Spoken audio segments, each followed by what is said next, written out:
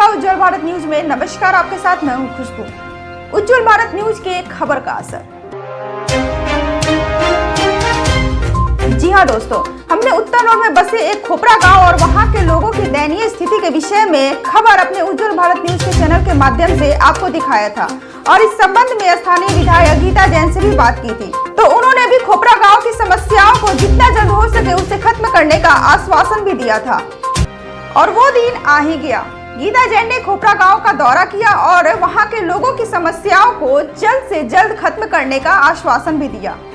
आइए देखते हैं इस घटनाक्रम में editor in chief Ravi Tunna की एक खास रिपोर्ट। दोस्तों, आज हम आप लोगों को बताने जा रहे हैं न्यूज इम्पैक्ट के बारे में।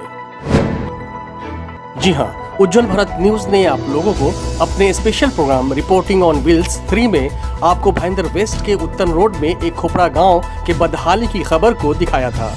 रोड विहीन यह एक ऐसा गांव है कि यहाँ रहने वाले लोगों को अपने खोपरा गांव से भाईंदर उत्तर मुख्य सड़क तक पहुँचने में घंटों लगते हैं। न वहाँ पीने का पानी ठीक है, न कोई मेडिकल शॉप है, न कोई स्कूल है और न ही बुनियादी कोई सुविधाएं हैं। बारिश के समय में तो यहाँ आने वाले तथा कथित नाम मात्र सड़कें झील में तब्दील हो जाती हैं।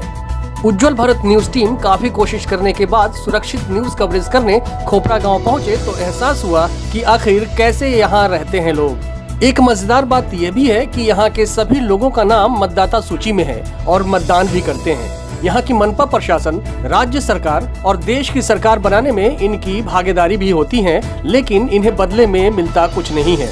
हमने यहाँ की समस्या से मीरा भाईंदर की प्रथम महिला आमदार गीता जैन को अवगत कराया तो उन्होंने हमारे चैनल को धन्यवाद दिया इस समस्या से अवगत कराने के लिए और हमें आश्वस्त किया कि बहुत जल्द इस गांव की समस्या को दूर करने की कोशिश करेंगी।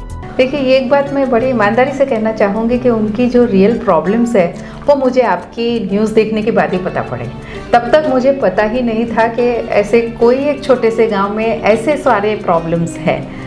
तो और मैंने आपसे एक सवाल किया था, अगर आपको याद हो या दीपक था, कि वो सबसे पहला आदमी कैसे जाके वहाँ बसा होगा।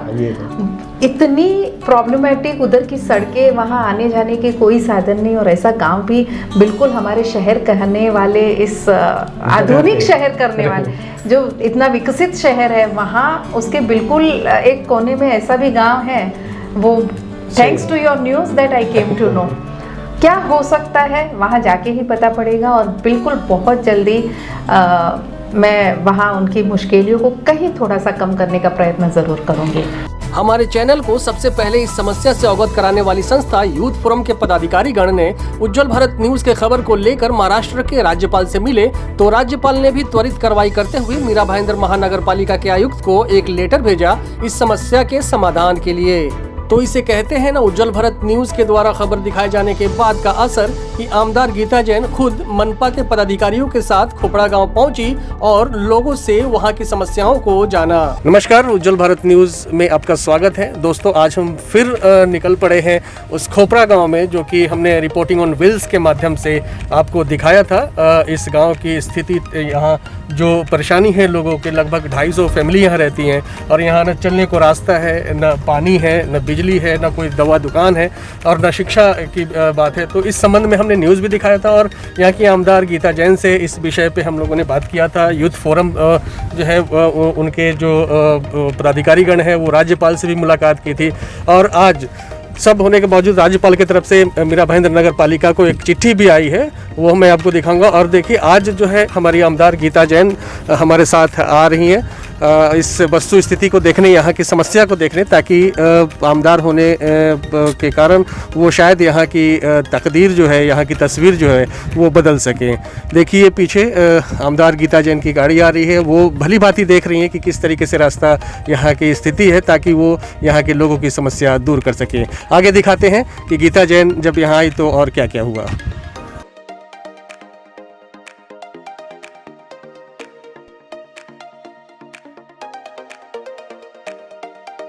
दोस्तों, जैसा कि हमने बताया कि हमने इसके पहले जो न्यूज़ दिखाया था खोपरा गांव के ऊपर, यहाँ की परेशानियों को लेकर, यहाँ जो मुख्य समस्या है वो रोड है, पानी है, यहाँ कोई दवा की दुकान नहीं है, स्कूल नहीं है। तो इस विषय में हमने न्यूज़ दिखाया था। उस समय एमएलए गीता जैन से भी बात हुई थी, जो अभी उन्होंने उस समय आश्वासन दिया था मैं कुछ करूँगी यहाँ पे, और आज ये खुद चल के आई। उन्होंने रास्ता देखा कि किस कंडीशन में है और यहाँ के लोग किस परिस्थितियों में, ये बात भी इन्होंने किया। हम बात करेंगे कि मैम यहाँ पे आप आई, गांव वाले बहुत खुश हैं कि पहली आमदार जो है वो यहाँ पे आ रही हैं पहली बार इतने दिनों में। तो आप क्या कहना चाहेंगी यहाँ की समस्या को देख के?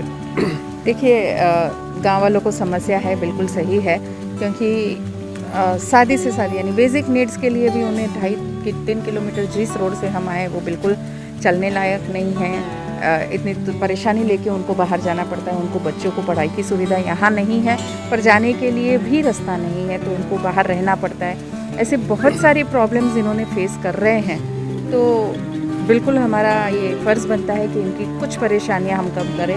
मैं ये नहीं कहूँगी कि हम 100% उनको सब दे सकते हैं, लेकिन एक अगर सिंगल रोड भी बन जाता है तो उनके लिए रिक्शा से आने जाने का अगर माहौल बन जाता है, सुविधा हो जाती है, तो उनकी ज़िंदगी में काफ़ी सरलता आ जाएगी। तो हमारी तरफ से कोशिश ये ज़रूर रहेगी कि जल्द से जल्द हम यहाँ रोड बनाएं। 37A में मेरे साथ जेई आए हैं, तो उन्होंने माहिती दी है कि 37A में उन्होंने प्रस्ताव डाल दिया है वहाँ डीपी का, क्योंकि आगे बहुत सारे प्राइवेट लैंड्स हैं। उन्होंने एनओसी अगर दे दी है तो हमें वो 37A के प्रस्ताव के साथ डीपी मंजूर होते ही तुरंत इनका रोड बना दिया जाएगा। यहाँ पे सॉल्ट डिपार्टमेंट का भी कुछ मामला है, तो शायद वो लोगों ने एनओसी दिया है। मैं वही कहती हूँ कि जब मंजूरी मिल जाती है तब और किसके कुछ प्रॉब्लम है उनकी एनओसी लेके हम वो प्रोसीड कर देंगे रास्ता बनाना। और तो सुना आपने कि एमएलए गीता जैन के द्वारा आश्वासन दिया गया, और वो अपने साथ यहाँ पे एग्जीक्यूटिव इंजीनियर को भी मीरा भाईंदर नगर पालिका से लेकर आई हैं, और 37A में प्रस्ताव पास किया जा चुका है, और जितने भी प्राइवेट लैंड्स हैं उन सारी कमियों को उनसे बात करके उस चीज़ को निपटारा किया जा सकेगा। अब हम बात करेंगे यूथ फोरम के पदाधिकारियों से, जो कि राज्यपाल के पास गए, राज्यपाल से मिल के यहाँ की समस्या को, क्योंकि हमारे उज्ज्वल भारत न्यूज़ के माध्यम से जो न्यूज़ प्रसारित किया गया था उस न्यूज़ को दिखा के इन्होंने बात किया राज्यपाल से। तो आइए सुनते हैं कि राज्यपाल की तरफ से इन्हें क्या आश्वासन मिला। हाँ दीपक जी बताइए, आप राज्यपाल से मिले तो क्या आश्वासन रहा, क्या आगे कार्रवाई? सबसे पहले तो उज्ज्वल भारत का बहुत बहुत धन्यवाद कि इतना प्यारा वीडियो इन्होंने बताया, जिसकी वजह से राज्यपाल को बहुत आसानी हुई समस्या को समझने के लिए। और इस वीडियो को देखने के बाद गीता जैन जी ने कहा कि अपने को इस गांव का विज़िट करना है, तो गीता जी का भी बहुत बहुत शुक्रिया कि आज उन्होंने टाइम निकालकर इस गंभीर समस्या का संज्ञान लिया और यहां तक अधिकारियों के साथ आई है। राज्यपाल ने भी आयुक्त से निवेदन किया है और गीता जी ने अभी बोला ही है कि वो जल्दी से जल्दी इस बारे में ये करेंगे। तो वो वहाँ से कुछ आपके पास लेटर वगैरह आए क्या? लेटर आया है, राज्यपाल ने आयुक्त से निवेदन किया है, आयुक्त को कहा है कि इस बारे में वो जल्दी से जल्दी निर्णय ले। और मानवता की दृष्टिकोण से हमने बोला कि भाई दिक्कतें आती है, सॉल्ट डिपार्टमेंट का भी होगा, लेकिन इतने परिवार यहाँ पर रह रहे हैं तो मानवीय दृष्टिकोण से वो इंटरफेयर करे। और एमएलए गीता जी ने कहा ही है कि वो इसमें पूरी तरह से मदद करेंगे करके। चलिए, आपका भी इस गांव वालों के लिए इतना करने के लिए हमारे उज्ज्वल भारत न्यूज़ की तरफ से भी आभार प्रकट करते हैं। हम 2 शब्द बात करेंगे हमारे प्रमोद जी से। प्रमोद जी बताइए क्या? मैं यही कहना चाहूँगा कि हमारे एमएलए गीता जैन जी यहाँ पर आई हैं और हमें पूरी उम्मीद है कि यहाँ पे जल्द से जल्द सड़क का निर्माण हो जाएगा। और मैडम ने आश्वासन दिया है तो पूरा होगा। राज्यपाल से हम लोग ज्ञापन देकर आए थे, दीपक जी के साथ गए थे और उन्होंने वहाँ से संज्ञान लेते हुए यहाँ पर पत्र व्यवहार भी किया है। और जैसे जिस तरह से मैडम ने कदम उठाया है, यहाँ पर खुद पर्सनल विजिट किया है, हमें पूरी उम्मीद है कि गीता जैन मैडम के मार्गदर्शन में यहाँ जल्द से जल्द सड़क का निर्माण होगा और गाँव वालों की समस्याओं का समाधान होगा। अब हम बात करेंगे यहाँ के लोगों से, रहवासी जो इसके पहले न्यूज़ किया था तो इन्होंने भी अपना बयान दिया था, यहाँ परेशानियों को बताया था कि हम लोग कितने परेशान हैं। आज गीता जैन जी आए यहाँ, पहली बार यहाँ एमएलए आई हैं, तो क्या कहना चाहेंगे मैम?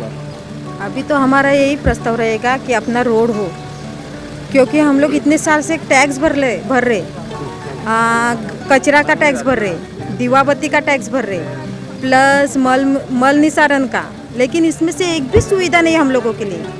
फिर भी हमारा टैक्स ले रहे, हम लोग भी भर रहे, तो इतने साल के ब्याज कितना हुआ होगा उसका? तो कुछ तो सुविधा दे दो ना हम लोगों को। अभी गीता जैन आए तो आपको क्या उम्मीद लगता है कि नहीं, अभी तो इतने साल में एक भी एमएलए नहीं अपने इधर, एक भी नहीं, ये पहली एमएलए की अपने इधर आई है, पहली एमएलए। तो अभी हमारा एक होप है कि इनके थ्रू एक रास्ता हो जाएगा, यही हमारा बड़ा होप है। यहाँ पे उज्जवल भारत न्यूज़ वाले आए, इनके थ्रू अभी हम लोगों को लग रहा है कि ये आए तो हमारा रास्ता हो जाएगा। इन्होंने हमारा प्रॉब्लम सभी को दिखाया है, ये हमारे लिए बहुत अच्छी बात है। आज 6 पिढ्या गेल्या तर इथे काहीच नाही आहे, ना नल ना रोड ना लाईट आता 2 वर्षाला लाईट आलेली आहे। कसं आहे आम्ही जगाचं? पहिला अगोदर आम्ही 32 राखेलची त्याच्यावर दिवस काढले, आज मी अंगावटा पाहतो काय का रोड शिकायला काही जाणार। तो अब मैंने बोली है कि काम होगा, पूरा होगा और यहाँ रोड भी बन जाएगा, उन्होंने ऐसा होएगा।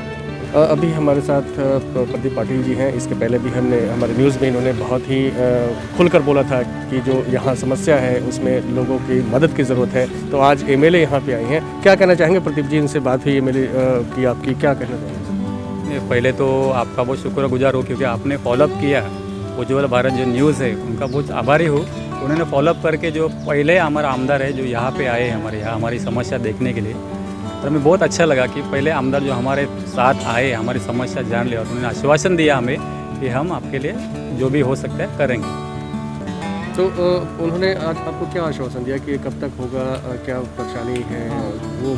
नहीं, मैडम ने जो बोला कि परेशानी जो भी है, कोई मतलब एनओसी वगैरह का जो प्रॉब्लम है हम सॉल्व करेंगे और हमको जल्द से जल्द आपका काम करने का प्रयास करेंगे।